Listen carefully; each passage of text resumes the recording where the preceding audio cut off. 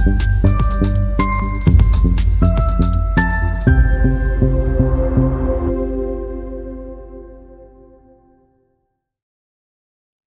Geek proudly presents the AI Sherpa, once again with my good friend Robert Mitchell. Hey, Robert, what's going on?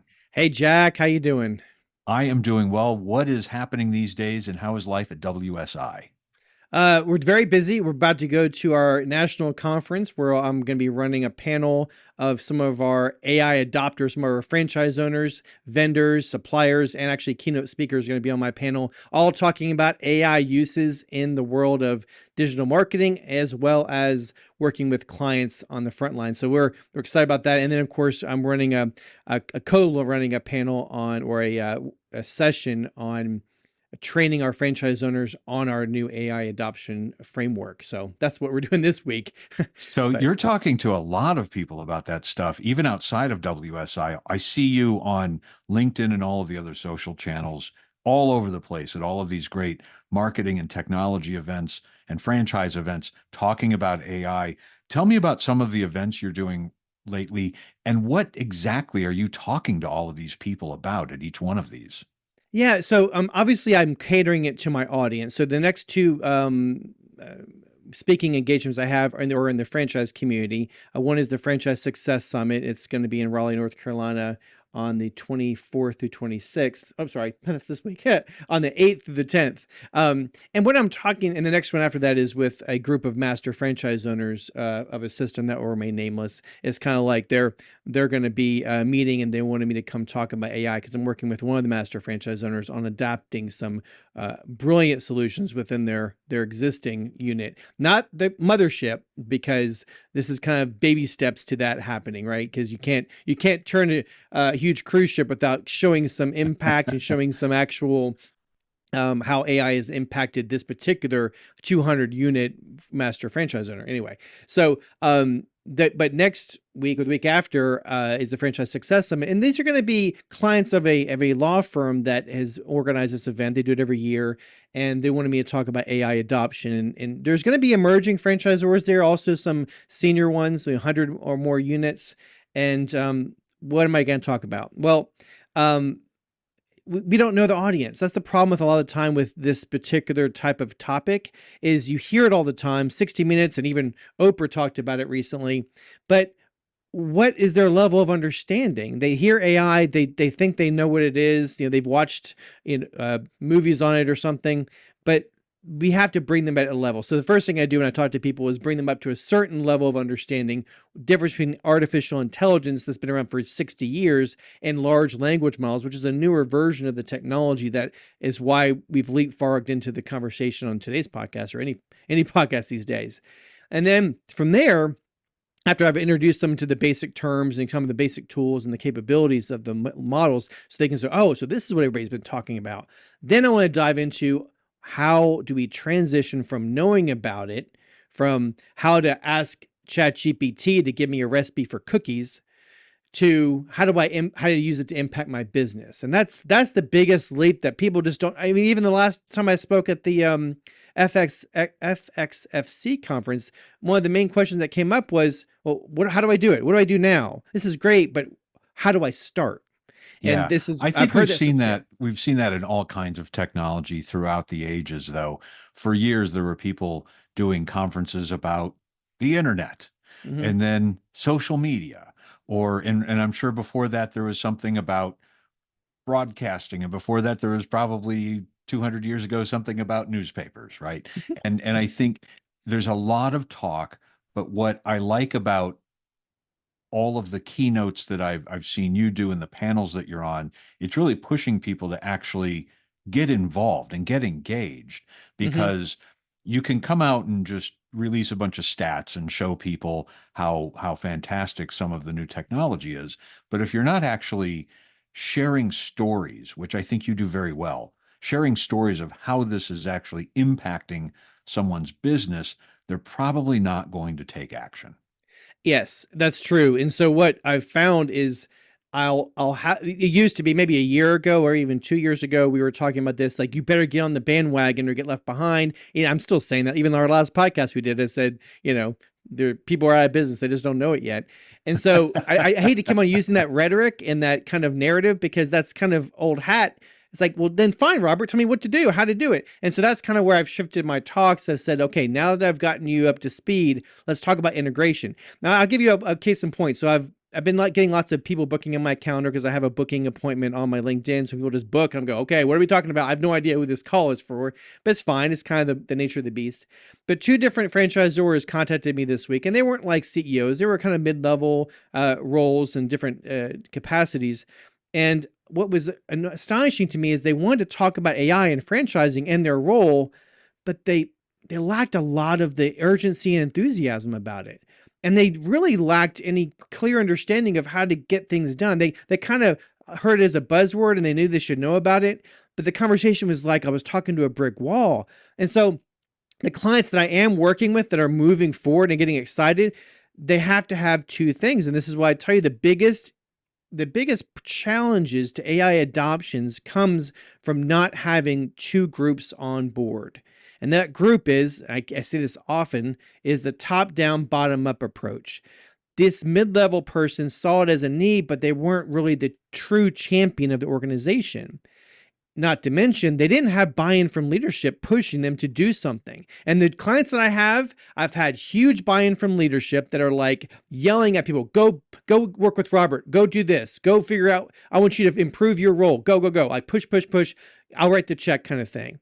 And then the other group is the ones that are AI champions who really drive the change. I think I mentioned this to you on the last time, but I got validated from this past week. These people were just, they didn't have either one of those, and they weren't either one of those. They weren't the one that could write the check and change the strategy and the culture of the organization, and they weren't the one that was going to be the champion that was really excited and saw the opportunity. They were kind of like the middle. It was very awkward. Yeah. Yeah. So I love that idea of it's coming downstream and it's going upstream at the same time. And that part in the middle could really be the real challenge, especially if you don't have the upstream working with you. There's just not going to be a budget or a demand for change. And if the downstream isn't working with you, then I mean, that's really where the money's made, right? Right. That's Well, really where the yeah. business is being transacted. And let's be honest, most CEOs, I know this is going to hurt a lot of people's feathers, ruffle them, but they have no idea what their employees are doing. They don't know how to use HubSpot or how to Yeah. use Frank Connect. I guarantee they don't know how to use their POS system. But that's not their job. I'm not trying to be harsh to them, but the workers, the soldiers in the trenches, those are the ones that we have to get their buy-in as well as leadership, because they're the ones that are going to drive the change and show them where the holes are in the dam and where they need to be poked, where the bottlenecks are in the organization that need to be fixed. So having those conversations with I call them the bottom up, there's soldiers, the aptitude and attitude of those people is crucial. So you have to do them at a pincer move.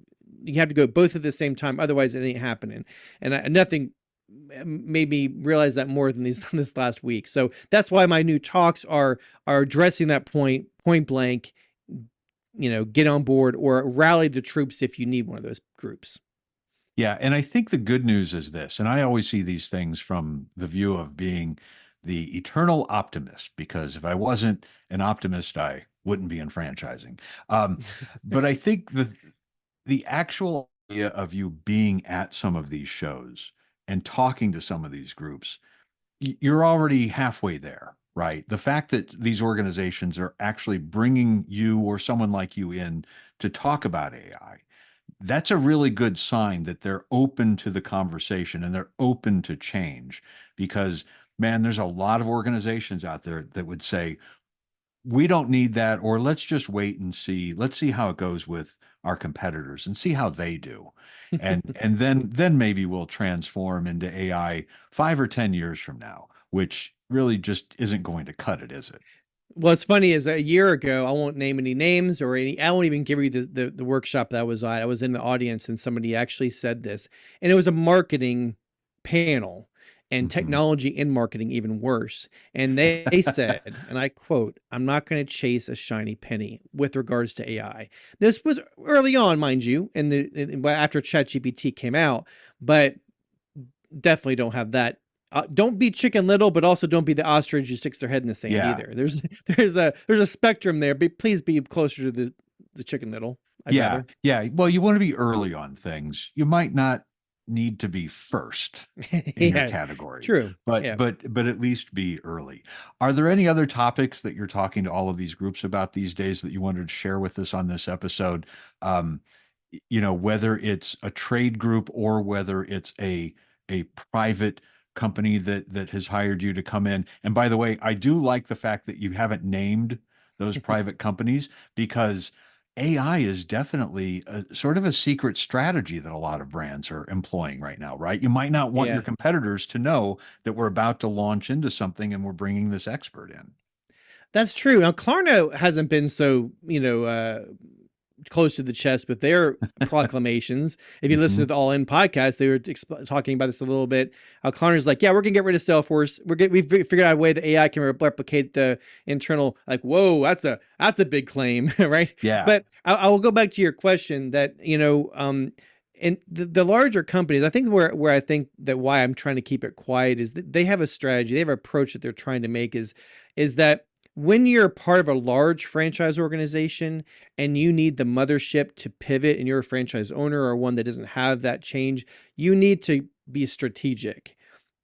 For example, let's say there's two different franchisors that are clients of mine that both of them have legacy systems, and one of them it's owned by the franchisor, one of them it's an outside company, and they can't afford to ruffle the feathers of either one of those. Especially a third party supplier that says, okay, you don't like our software, then fine, flip. And then now all their franchise owners, all 200 plus of them, are now, oh crap, how are we going to do business? Our POS system is not, so they have to be strategic on how they roll it out and also kind of um, not get ahead of themselves, right? Make sure the Yeah. solution works. Yeah.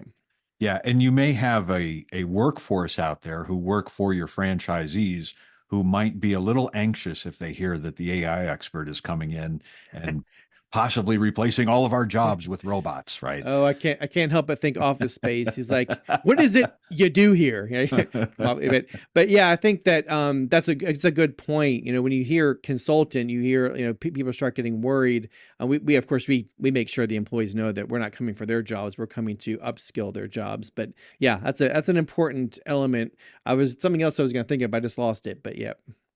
Upscaling the job, I think, is a great way to put it. Again, I'm putting on my optimist vision here, but I think most people who think about losing their job to AI, they're not thinking big picture. That I don't want to do that tedious task anymore. I want to be able to do something that's going to allow me to grow in my career. And while I'm at it, I'm going to grow the company that I'm working for right now. You said something earlier about people in the industry who maybe we should have a list of people who should be on notice right now that your jobs might not be going away tomorrow, but they will be evolving due to AI. And you had a couple of different categories of jobs that really interested me. Let's first talk about call centers. You say that's something that will be on notice soon. Yes. Yeah, especially because inbound call centers, and this is again, I'm not stealing too much from all in, but they did put a seed in my brain about this, and I prefer to talk to a human when I call a Yeah. customer support. I do. I don't like going through a menu tree, but you can't build products on yourself. You got to build products on the consumer base. And there's people that are not only born with a cell phone in their hand. That was old hat. I was like, okay, yeah, the kids these days, they were born with the, iPad in their crib. It's not just that. Here's another little thing I'll show you, Jack. I was watching this one TikTok and this guy was talking about it. He was a game developer 5 years ago. He put a game out. They put a console with the hand controller and they put a PC with the mouse and keyboard, and the kids always picked the computer with the mouse and keyboard. But here's what kept on happening. 5 years ago, they kept on touching the screen. Oh Okay. yeah. Yeah. And because they weren't used to a game that would be not touchable, right? Which is seems like very simple. Well, now Hmm. those people are in the workforce. These were people like they were 12 or 18 years old, and now they're in their 20s. That was 5 years ago. So now these people grew up not engaging with technology with a mouse and keyboard. That's just a little example. Okay. But so you shift it to like the business application.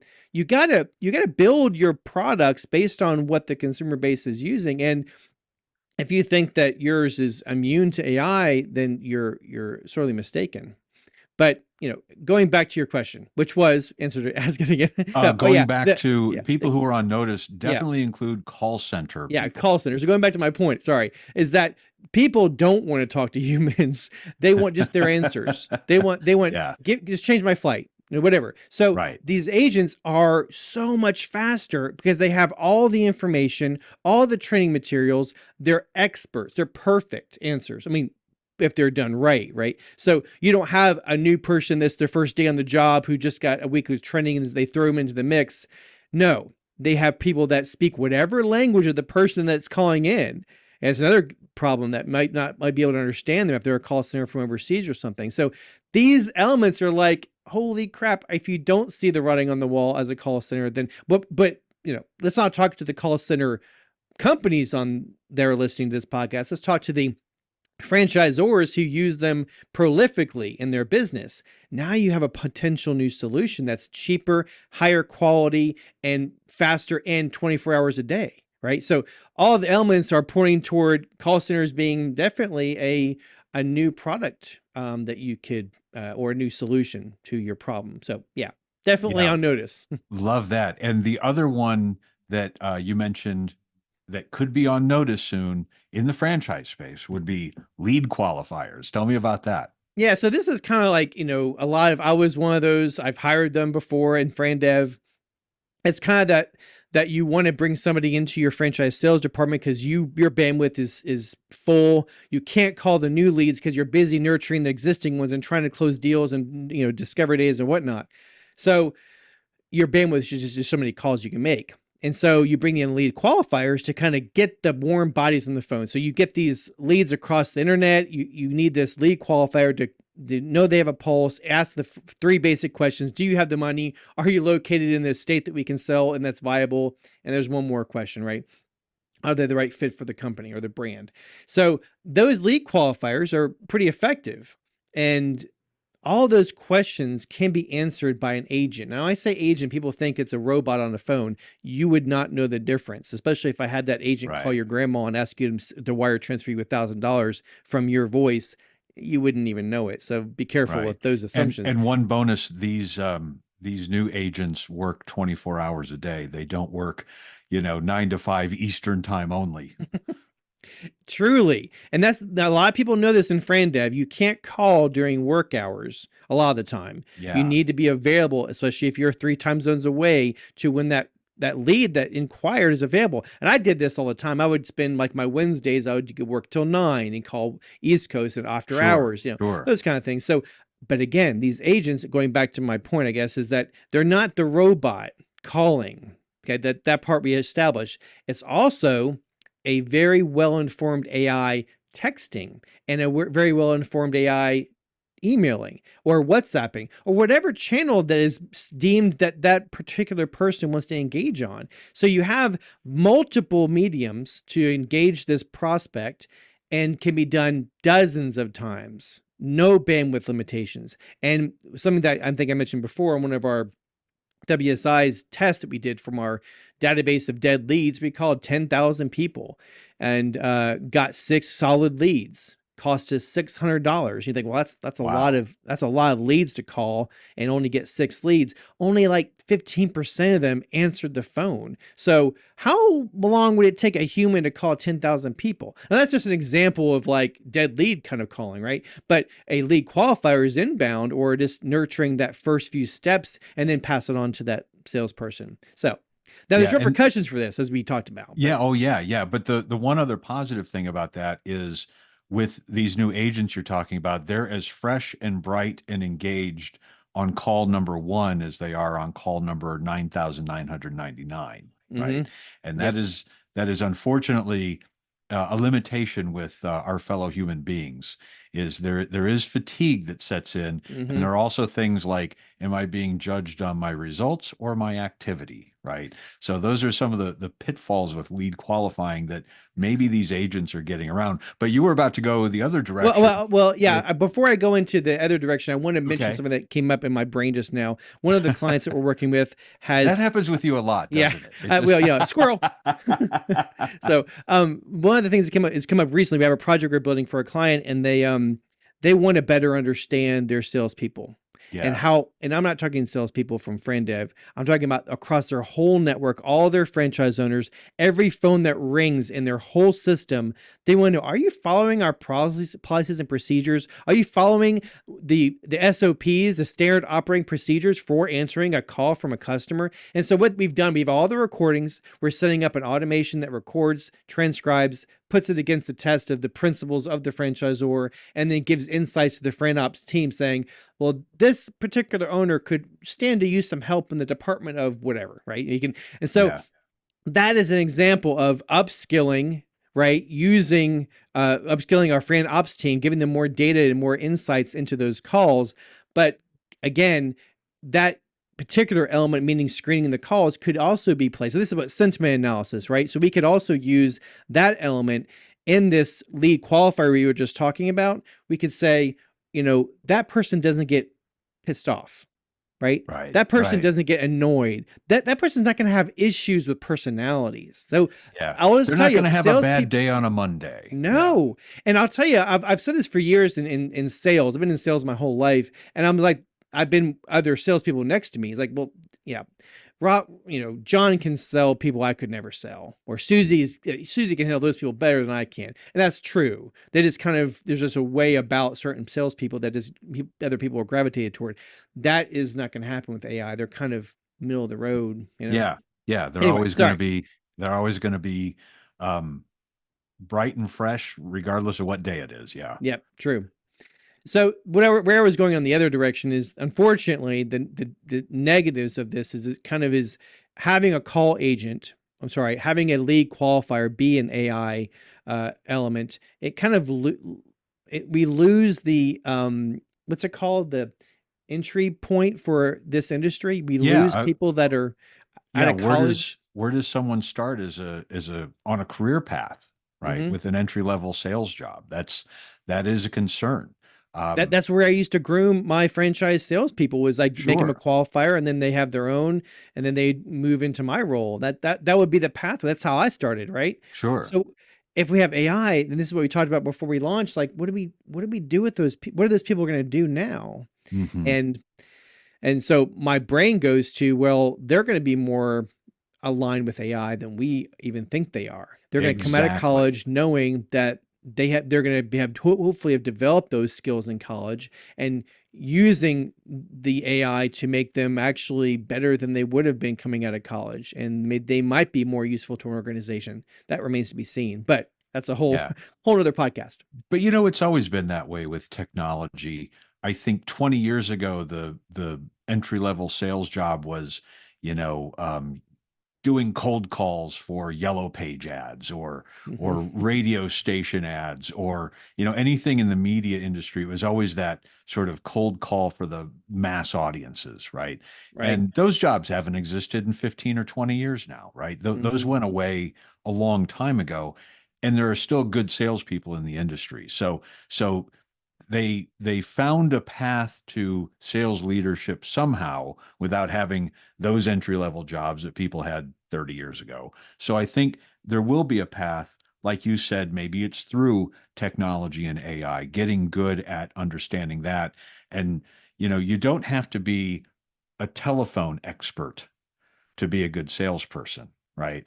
So maybe doing something else with technology and doing something to find the right people and the most qualified leads first, and that could actually jump your sales career ahead. Uh, Again, Yeah, I'm the I think you optimist make a here. great parallel, because you went from, there's a salesperson in the Yellow Pages days. There's a Yeah, salesperson before telephones, right? There's sure. always been people selling products and services, right? So just because we've changed the game a little bit with AI, there's still going to be a need for that role. And there's going to be still going to be a need for somebody to program that AI role. So Mhm. the tool is going to be changed. It won't be email and cell phones. It might be, how do we properly craft this AI salesperson for us so that it knows, and that's, so there's going to be always going to be a human in the loop. I shouldn't say always. There's, for a time period, there's going to be a human in the loop that's going to be required to, maintain or create or adapt or whatever. I'll give it to you this way too. From the movie Willy Wonka, not the most recent one, but the one a couple years ago, there was a scene where the father loses his job at the toothpaste factory, right? He Mhm. used to put the screws on the toothpastes. That's all he did. Assembly line. It was kind of funny. You just watch him screw it on. And then a robot came in and took his job. It was so sad, right? But then he got his job back fixing the robot. So it Right. was a really funny way that technology booted him, but then brought him back for a different role. So here's, put on notice, upskill yourself, because those new positions are coming faster. This is the fastest integration of technology in the history of the planet. So you better move fast. Upskilling is the new phrase of the year, my friend.